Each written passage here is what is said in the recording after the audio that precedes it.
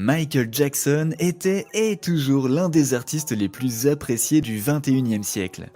Il a été nommé roi de la pop pendant de nombreuses années et lorsque le titre a été conféré à un autre artiste, les fans de l'industrie musicale du monde entier étaient mécontents car ils voulaient que Jackson reste au sommet. Michael Jackson était aimé dans presque tous les pays du monde, mais lorsque des allégations selon lesquelles il était pédophile ont été révélées, l'amour que les gens lui portaient commençait à diminuer. Michael Jackson a-t-il déjà été pédophile ? Est-ce des mensonges pour mettre un terme à sa carrière ? Quelle est la vérité ? Salut à tous et bienvenue sur Vraie Histoire de Star, la chaîne YouTube qui dévoile la face cachée des célébrités. Aujourd'hui, nous plongeons dans l'univers de Michael Jackson. Alors, si vous êtes nouveau sur la chaîne, n'oubliez pas de vous abonner et d'activer la cloche de notification pour ne manquer aucune de nos prochaines vidéos. Michael Jackson a grandi dans des conditions difficiles, avec un père qui ne se souciait que de subvenir aux besoins de sa famille. Alors qu'il essayait d'exercer son travail traditionnel de prestataire, il n'a jamais hésité à prendre également des mesures disciplinaires sévères. Joe Jackson, le père de Michael Jackson, maltraitait physiquement et verbalement ses 10 enfants. Michael Jackson se souvient d'une fois où son père a battu l'un d'eux au point que sa mère a commencé à le supplier d'arrêter, sinon il allait tuer l'enfant. Le chanteur a révélé que son enfance lui avait été volée, car il n'avait jamais fêté d'anniversaire ni célébré Noël, ce qui peut être imputé aux croyances des témoins de Jéhovah de la famille. Si vous ne le saviez pas, les témoins de Jéhovah ne célèbrent pas les anniversaires ni les Noëls, mais nous ne sommes pas ici pour un cours d'histoire religieuse. Quoi qu'il en soit, en raison de l'éducation dure de Jackson et du fait que son père affirmait également qu'il n'avait jamais blessé ses enfants et qu'il leur avait simplement donné une fessée, l'artiste avait des problèmes de développement. Or, aucune de ces questions n'a jamais été rendue publique, ni obtenue via certificat médical, mais Michael Jackson se considérait comme un enfant. Un homme adulte qui se considère comme un enfant après avoir subi des décennies de maltraitance en dit long sur son état de santé mentale. En plus de se considérer comme un enfant, Michael Jackson s'est également lié d'amitié avec de nombreux enfants, et ce serait finalement ce qui signerait le début de sa chute. La pop star a été connue pour se produire dans les hôpitaux pour enfants, et pour s'occuper des enfants diagnostiqués d'un cancer. Selon lui, il était ami avec les enfants car ils étaient plus innocents et ne vous trahiraient jamais comme les adultes. Son amour pour les enfants l'a amené à acheter une propriété qu'il a appelée Neverland Ranch, juste pour héberger ses enfants. Ces enfants n'étaient pas sans parents, mais ils ont obtenu d'une manière ou d'une autre la permission d'aller vivre dans un grand manoir avec un étranger, car Michael Jackson n'était définitivement pas un membre de leur famille. Le chanteur a dit aux parents des garçons qui séjournaient occasionnellement dans son manoir qu'il avait 12 ans dans son cœur et qu'il aimait jouer avec les autres enfants. On pourrait peut-être dire que Michael Jackson ne s'est pas bien développé et que c'était une raison suffisante pour lui permettre de côtoyer ses enfants pendant de longues journées dans sa maison. Mais cela aurait dû être un signe révélateur qu'il avait peut-être besoin d'une aide professionnelle et non de la présence d'enfants aléatoires dans sa maison. Mais nous ne sommes même pas encore entrés dans l'histoire. Sa première rencontre officielle avec un jeune garçon était en 1993, avec un garçon appelé Jordan Chandler qui était l'enfant d'un dentiste hollywoodien appelé Evan Chandler. Jordan a rencontré Michael Jackson pour la première fois par l'intermédiaire de sa mère, mariée à un homme qui s'était occupé de réparer la voiture du chanteur. Jackson s'est lié d'amitié avec Jordan, qu'il a ensuite invité au Neverland Ranch aux côtés de la mère et de la belle-sœur du garçon. Jordan passait tellement de temps avec Jackson que son père, Evan Chandler, a suggéré à Michael Jackson de construire une maison supplémentaire dans son ranch afin que Jordan puisse y rester et ainsi passer plus de temps avec Jackson. Mais ils n'ont jamais pu obtenir de permis de construire et le projet a échoué. Jordan est parti en tournée avec sa mère et Michael Jackson à Monaco et à leur retour aux États-Unis, Jackson a dormi chez Chandler dans la même pièce que Jordan et son demi-frère. Il est impossible qu'Evan Chandler n'ait pas de chambre d'amis pour Michael Jackson, mais il a autorisé le chanteur à dormir dans la même pièce que ses fils, et c'est à ce moment-là qu'il a commencé à avoir des soupçons. Evan Chandler affirme qu'il n'a constaté aucune inconduite sexuelle entre le chanteur et ses fils, mais il se doutait de quelque chose. Ainsi, lorsqu'Evan a voulu extraire la dent de Jordan, il a demandé si Jordan avait déjà été touché de manière inappropriée par Michael Jackson et il a répondu oui. Attention, Jordan avait 13 ans et était sous l'influence de sédatifs lorsqu'il a fait ses aveux. On lui a demandé de décrire les parties intimes de Michael Jackson, ce qu'il a fait, et c'est à ce moment-là qu'Evan a décidé d'attaquer Michael Jackson. Evan Chandler a approché Michael Jackson avec le témoignage qu'il avait de Jordan, parlant du chanteur se masturbant et lui faisant du sexe oral. Il a exigé que le chanteur lui verse 20 millions de dollars, sinon il porterait l'affaire devant un tribunal civil. Jackson a fait une contre-offre de 1 million de dollars et c'est à ce moment-là que les choses passent de tristes à décevantes. Car si Michael Jackson était prêt à payer 1 million de dollars pour éviter un procès civil, cela signifie qu'il est peut-être coupable. Lorsqu'Evan a rejeté l'offre, Michael Jackson a réduit sa contre-offre et a proposé de payer seulement 350 000 dollars, ce qui a mis Evan en colère et prêt à le poursuivre devant le tribunal. Un acte pervers que les gens ont toujours semblé ignorer dans cette affaire est le fait que le père de Jordan allait utiliser son histoire pour soutirer de l'argent à Michael Jackson. Il n'a jamais voulu se battre pour obtenir justice pour son fils qui a été agressé, et n'a porté l'affaire devant les tribunaux que lorsqu'il n'a pas obtenu ce qu'il voulait. Maintenant, revenons à l'histoire. Après que Michael Jackson ait été poursuivi en justice par Evan Chandler, la police de Los Angeles a commencé à enquêter sur ces allégations. Depuis que Jordan a décrit les parties intimes du chanteur, ils ont dû confirmer la véracité de ces affirmations et ont donc dû procéder à une fouille à nu de Michael Jackson. Le chanteur affirme que ce fut l'un des moments les plus humiliants de sa vie lorsque les policiers ont pris des photos de ses organes génitaux. L'objectif de la prise de ces photos était donc de confirmer si Jordan disait bien la vérité lorsqu'il décrivait les organes génitaux du chanteur. Une source anonyme non vérifiée a affirmé que les photos ne correspondaient pas à la description de Jordan. Mais les détectives chargés de l'affaire ont affirmé que la description de Jordan correspondait bien aux images. Ils ont dû appeler Catherine, la mère de Michael Jackson, pour vérifier si Michael Jackson avait subi une intervention chirurgicale afin de modifier l'apparence de ses organes génitaux. Dans sa description, Jordan avait déclaré que Michael Jackson était circoncis, mais les photos montraient que le chanteur n'était pas circoncis. Les policiers essayaient de savoir s'il avait subi une intervention chirurgicale pour fixer le prépuce, mais sa mère a répondu que ce n'était pas le cas. Si l'histoire de Jordan ne correspondait pas aux images, alors pourquoi continuait-il l'enquête ?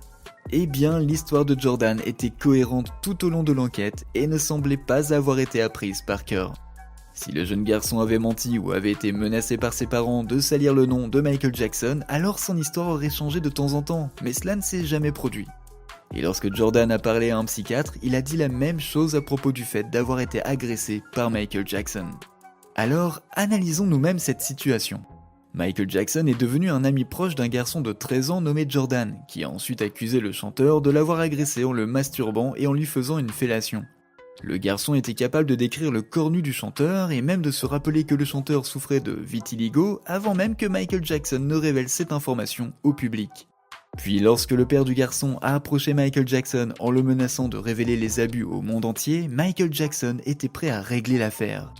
Et on dit encore que cette histoire n'a rien de suspect ? Rappelons que le cas de Jordan n'était pas la seule affaire où les policiers se sont intéressés de près à Michael Jackson.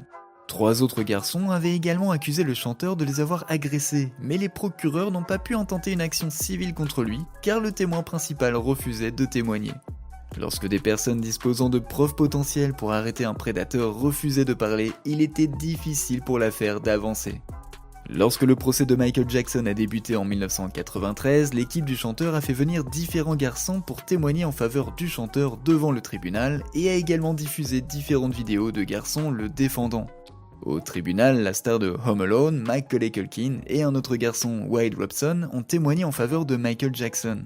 Robson a affirmé que même s'il partageait le même lit avec le chanteur, aucun acte sexuel ne s'était jamais produit. Ce qui aurait dû paraître suspect dans tous ces témoignages, c'était le fait qu'il y avait tant de jeunes garçons prêts à témoigner en faveur de Michael Jackson. Pourquoi avait-il autant accès à tant de jeunes garçons ? Pourquoi avaient-ils tous partagé un lit avec lui ? C'était un homme avec des femmes et des enfants, alors pourquoi ne passait-il pas tout ce temps avec sa famille ? Au plus fort des accusations en 1993, LaToya Jackson, une sœur de Michael Jackson, s'est manifestée pour affirmer que toutes les allégations contre son frère étaient vraies. Elle a affirmé que sa mère lui avait montré des chèques d'un montant énorme que Michael Jackson avait fait aux parents de jeunes garçons, même si elle ne savait pas s'il s'agissait de transactions secrètes. LaToya a affirmé n'avoir vu le chanteur au lit avec aucun garçon, mais elle pensait que les allégations étaient vraies, d'autant plus qu'ils avaient également été victimes d'abus sexuels de la part de leurs parents. De nombreux fans de la chanteuse ont affirmé que LaToya était juste jalouse et voulait ruiner la carrière de son frère avec ses allégations. Mais pourquoi ne prendrions pas quelques secondes pour examiner tout cela d'un point de vue logique ? Michael Jackson était apprécié pour être un philanthrope car les gens l'idolâtraient pour sa gentillesse envers les enfants, en particulier ceux aux prises avec des problèmes de santé ou issus de familles en difficulté. Il les emmenait constamment en tournée en jet privé et venait les chercher à l'aéroport en limousine. Il a ainsi aidé financièrement des familles avec des sommes énormes et le grand public le respectait énormément pour ça. Mais à quel point faut-il être gentil pour dépenser des millions de dollars pour d'autres personnes ? Leur offrir des cadeaux extravagants alors qu'ils n'en ont jamais demandé, puis passer la nuit dans la même chambre que leurs enfants. Il n'y a aucun parent raisonnable qui laisserait son enfant passer la nuit avec un étranger, mais lorsque cet étranger a montré que vous pouvez lui faire confiance, alors vous baissez votre garde et commencez à le considérer comme un membre de la famille. Pour nous, c'est là tout l'intérêt des cadeaux et des après-midi shopping coûteuses, pour montrer qu'il était digne de confiance. L'une des raisons pour lesquelles le cas de Jordan Chandler semblait si exagéré, même s'il y avait tant d'indices selon lesquels Michael Jackson était un prédateur, était le fait que des gens qui connaissaient la vérité avaient vendu leur histoire. Les parents de Macaulay Culkin avaient demandé à un média de leur verser 100 000 $ lorsqu'ils avaient découvert que Jackson avait caressé leur fils, mais leur fils a fini par témoigner en faveur de Jackson devant le tribunal. D'autres membres du personnel de Neverland ont également vendu leurs histoires aux médias, au lieu de les signaler à la police, de sorte que tout semblait n'être que de simples ragots. Alors que les médias commençaient à accorder davantage d'attention à l'affaire, cela a commencé à avoir des conséquences néfastes sur la santé de Michael Jackson et son insomnie s'est aggravée. Avant les accusations, il avait subi une blessure au cuir chevelu après un accident lors d'une publicité pour Pepsi et il prenait des analgésiques. Pour faire face au stress d'être accusé par plusieurs garçons, il est donc devenu accro aux analgésiques. C'est d'ailleurs lors de ce procès qu'il a demandé la main de Lisa Marie Presley par téléphone, la fille d'Elvis Presley, et elle a accepté de l'épouser. Après de nombreux reproches et allers-retours, l'équipe de Michael Jackson a décidé de faire un chèque à Jordan Chandler et sa famille, même s'ils affirmaient que ce n'était pas un aveu de culpabilité.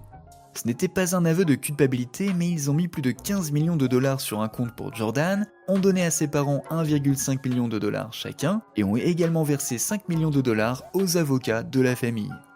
L'équipe de Michael Jackson a dépensé plus de 20 millions de dollars en règlement, mais a affirmé que c'était parce qu'elle voulait simplement que l'affaire se termine, afin que Michael Jackson puisse se concentrer sur sa santé. Il semblait que le chanteur savait que traîner l'affaire trop longtemps mettrait en lumière davantage de choses, et voulait simplement mettre un terme à tout ça.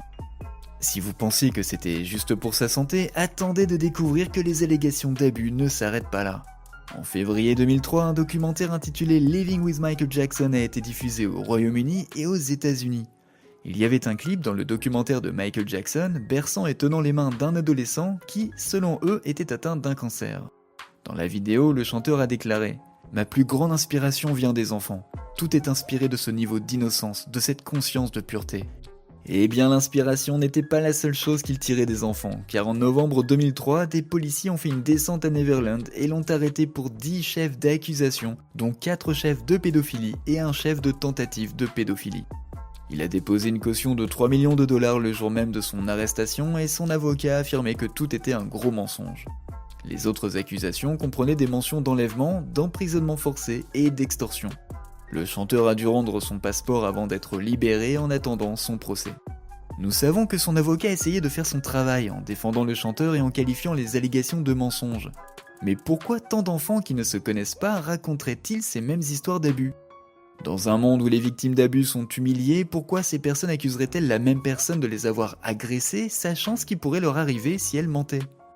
Le procès a donc débuté en février 2005 et Macaulay Culkin et Wade Robson ont de nouveau témoigné en faveur du chanteur. Ils se disaient amis spéciaux du chanteur car ils dormaient dans le même lit qu'eux. Mais pourquoi un homme dans la quarantaine devrait-il garder des adolescents et des enfants plus jeunes comme amis ? Que signifient des amis spéciaux ? L'une des victimes, Gavin Arizo, qui avait 14 ans à l'époque, a vécu une histoire similaire à celle de Jordan. Il a affirmé que le chanteur l'avait masturbé et son frère a étayé son témoignage. Son frère a affirmé que Michael Jackson leur avait donné de l'alcool à boire et leur avait également montré de la pornographie. L'une des anciennes employées de maison de Jackson, Bianca Francia, a affirmé qu'elle avait un jour surpris le chanteur en train de prendre une douche avec Wade Robson, qui pourtant n'arrêtait pas d'insister sur le fait qu'il n'avait jamais été maltraité par Michael Jackson. Mais le fils de Francia a également affirmé que Jackson l'avait agressé. Le 13 juin 2005, le procès prenait fin. Certains sites d'information ont décrit le procès comme un cirque, car Michael Jackson ne l'a pas pris au sérieux et s'est même présenté un jour au tribunal en pyjama. Il a été acquitté de toutes les accusations car le jury a fait un excellent travail en rejetant la responsabilité des abus sur Janet Arvizo, la mère de Gavin, qui avait suffisamment confiance en Michael Jackson pour les laisser dormir dans sa maison. Selon l'un des jurés, quelle mère censée permettrait que cela se produise ? Eh bien une mère qui ne pensait pas que quelqu'un qui prenait soin de sa famille s'en prendrait à elle comme ça. Non seulement les jurés ont été insensibles dans leurs déclarations, mais ils ont également été insensibles dans leur jugement. Ils disaient aux autres victimes qu'il n'y aurait aucune garantie de justice si elles se manifestaient, car ce sont leurs parents qui leur avaient donné la permission de dormir chez Michael Jackson. Le jugement disait donc aux parents des autres victimes de se taire, sinon ils risquaient d'avoir des problèmes. Entre 2013 et 2014, Red Robson et un autre homme, James Safechuck, ont intenté une action en justice contre la succession de Michael Jackson pour abus sexuels. Ils ont affirmé que le chanteur les avait maltraités alors qu'ils avaient respectivement 5 et 10 ans. James Safechuck avait remporté un concours de danse organisé par le chanteur à l'âge de 10 ans et il avait été invité à Neverland. Wade Robson a également remporté un concours de danse organisé par le chanteur et a été invité à Neverland lorsqu'il avait 5 ans et c'est à ce moment-là que les abus ont commencé.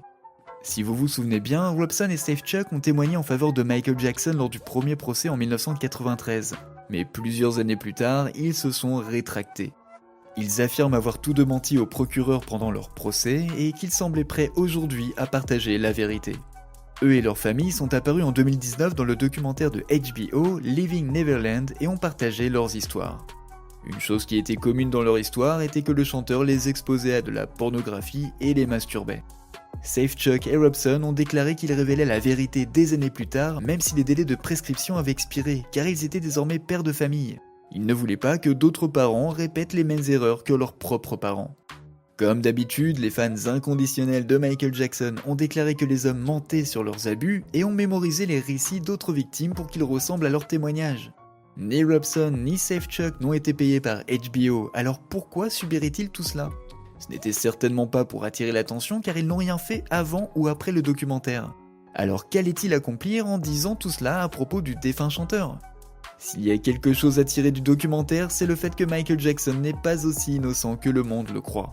Le couloir menant à sa chambre était équipé de caméras vidéo et de lignes qui sonnaient lorsqu'on marchait dessus.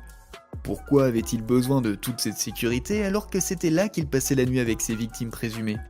5 des garçons qui passaient la nuit et partageaient un lit avec lui l'accusèrent de les avoir maltraités. Quelles sont les chances que 5 des garçons qui ont passé la nuit avec lui l'accusent de la même chose alors qu'ils ne se connaissent pas très bien ? Michael Jackson a fait subir à ces garçons des souffrances insupportables et les a traumatisés pour le restant de leur vie. Peu importe la manière dont le monde le décrit comme un héros de la pop, ses victimes se souviendront toujours de lui comme d'un pédophile.